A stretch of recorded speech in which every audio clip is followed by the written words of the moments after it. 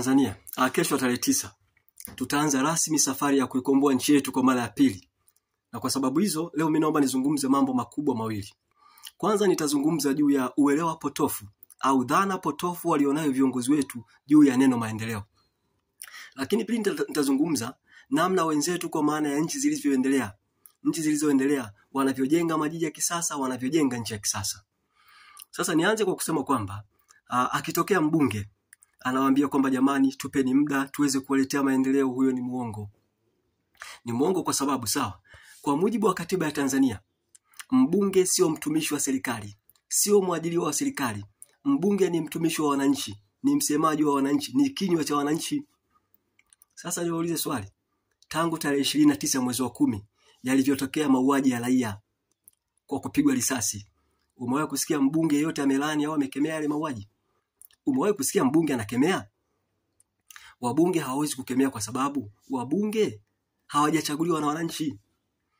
Wakati Samia Suluhu Hassan anatengeneza matokeo feki ya uchaguzi, alitengeneza matokeo feki ya urais, matokeo feki ya ubunge, matokeo feki ya madiwani.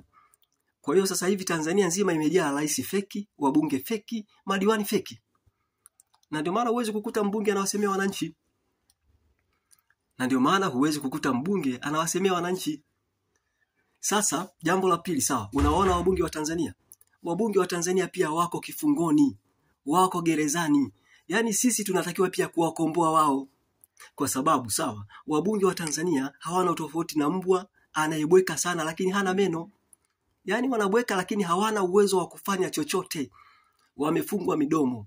Wamegeuka kuwa wasemaji wa serikali, watetezi wa serikali baada ya kuwatetea wananchi. Sasa hebu tuangalie dhana ya ujenzi wa nchi ya kisasa. Ndugu wa Tanzania, ukitazama katiba ya Tanzania sawa, kiongozi pekee mwenye nafasi kubwa ya kuwaletea watu maendeleo au kuijenga nchi ni rais wa nchi. Hawa sio kuanzia makamu wa rais, waziri mkuu na wengine wote ni wasaidizi wa rais. Kazi yao ni kumsaidia rais. Kinachokera zaidi, badala ya wao kumsaidia rais, wamekuwa machawa wa rais.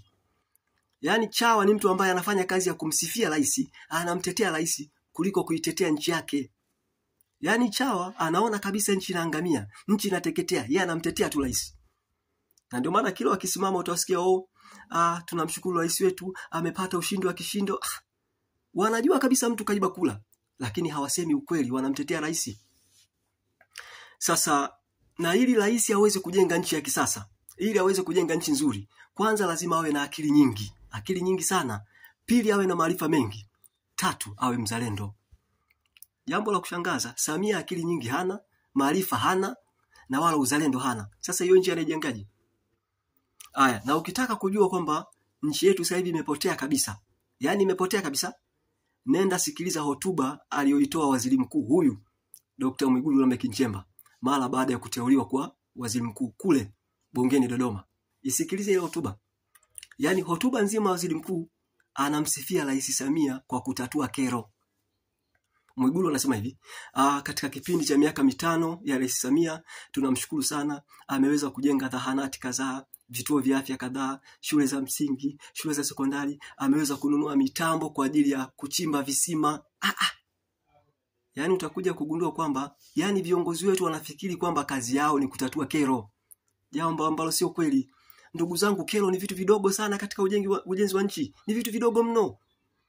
Yaani hebu vuta picha, utakuja kugundua kwamba kumbe viongozi wetu wanauelewa potofu au dhana mbovu juu ya neno maendeleo.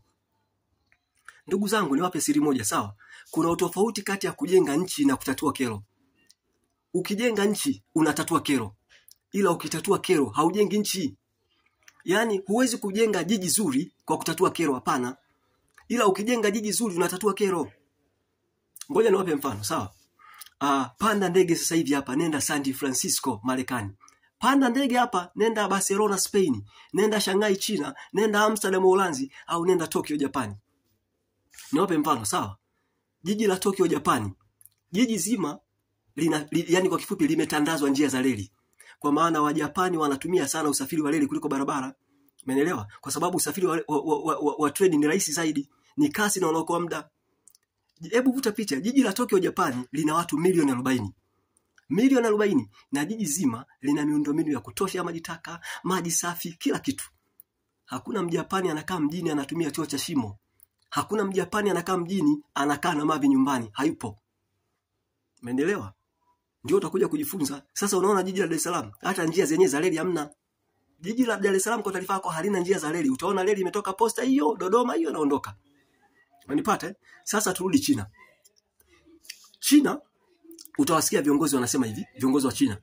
Katika kipindi cha miaka 5, tumepanga kujenga majiji 3 bora ya kisasa. Serikali inapanga kujenga majiji ya sio kutatua kero. Wa China utasikia wanasema katika miaka 5 hii tumepanga kujenga vijiji 200 bora. Na ndio maana China, ni wape siri ndugu zangu, China kuna vijiji tajiri kuliko jiji la Dar es Salaam. Narudia tena, China kuna vijiji tajiri kuliko jiji lote la Dar es Salaam. Kwa nini? Kwa sababu kinachoamua utajiri ni kiwango cha uwekezaji.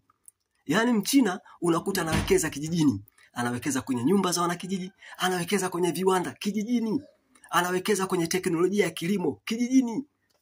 Vijijini kuna barabara, unakuta viwanda vya simenti, sijui viwanda vya nondo kijijini. Na Mchina anapotaka kujenga majiji, sawa, anafanya hivi. Unakuta viongozi wa China, let's say, wanawaita wataalamu wa mipango miji wote. Wanawaita maakteki. Maakteki ni watu wenye akili nyingi ambao wanafanya kazi ya kubuni majengo ya mjini, majengo mazuri.